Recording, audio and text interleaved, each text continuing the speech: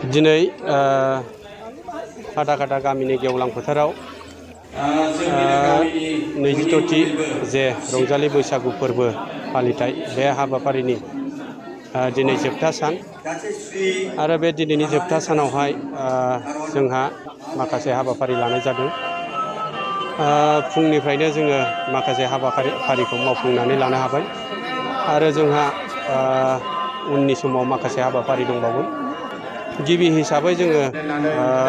बैसागु आफादनि फिरफिला उरायहोनाय हाबाफारि, लोगोसे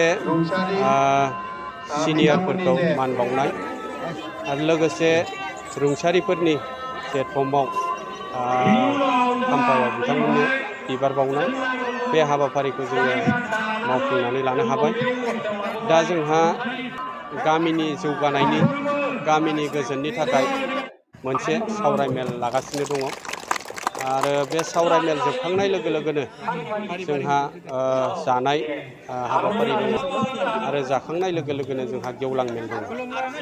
आरो गेवलां मेल जोबखांनायनि उनाव जोंहा मोनाबिलि दिन्थिफुंनाय, हारिमुवारि दिन्थिफुंनाय बे हाबाफारि दङ। जोंहा दिनै गामिनि जे माखासे नियम निथि, डिसिप्लिनारि माखासे बैफोर आयदाफोरखौ लानानै दिनै मोनसे सावरायमेल जिरायनाय जादों आरो बे सावरायमेलनि गेजेरजों जोङो जे ओरैहाय फाथाखाथा गामि जे आदर्श गामिखौ जोंबो बेक्तिगत हिसाबै आदर्श जानो हायो, मडेल जानो हायो, बैखौ थांखि लानानै जोङो दिनै माखासे रिजुलेसन लानाय जादों आरो बे रिजुलेसनखौ जोंनि रायजो राजा साफ्रोमबो गावबुराजों लोगोसे क्लाबनि प्रेसिडेन्ट सेक्रेटारि साफ्रोमबो बेवहाय बाहागो लानानै मदद होनाय जादों आरो बे रायजो राजानि मददजोंनो जोङो दिनैनिफ्राय बे माखासे खान्थिफोर बा नियम नितिफोरखौ दिनैनिफ्रायनो फालिगोन होननानै बयबो रायजो राजाफ्रा थांखि लानाय जादों।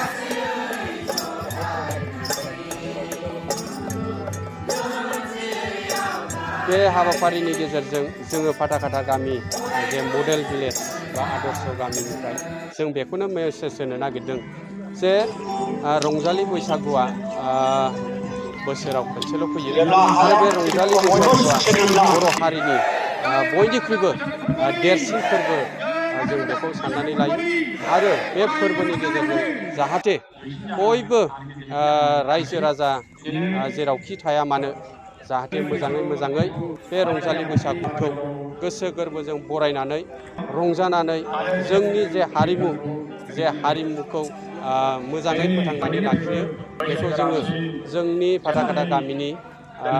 साफ्रोमबोनि जानानै आं बे मेसेजखौनो साफ्रोमबोनिसिम हरनो सानो।